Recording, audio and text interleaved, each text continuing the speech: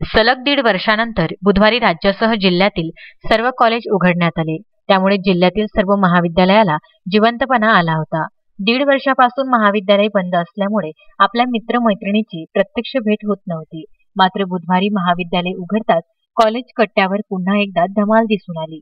एकेकाळी निर्मनुष्य असलेला महाविद्यालयीन परिसर पुन्हा एकदा विद्यार्थ्यांच्या उपस्थितीने गजबजला. राज्याच्या उच्च व तंत्रशिक्षण विभागाने दिलेल्या परवानगीनंतर व निर्देशाप्रमाणे अमरावती विद्यापीठाच्या परिक्षेत्रातील आणि संलग्नित महाविद्यालयांना उपस्थितीबाबतच्या मार्गदर्शक सूचना देण्यात आल्या होत्या.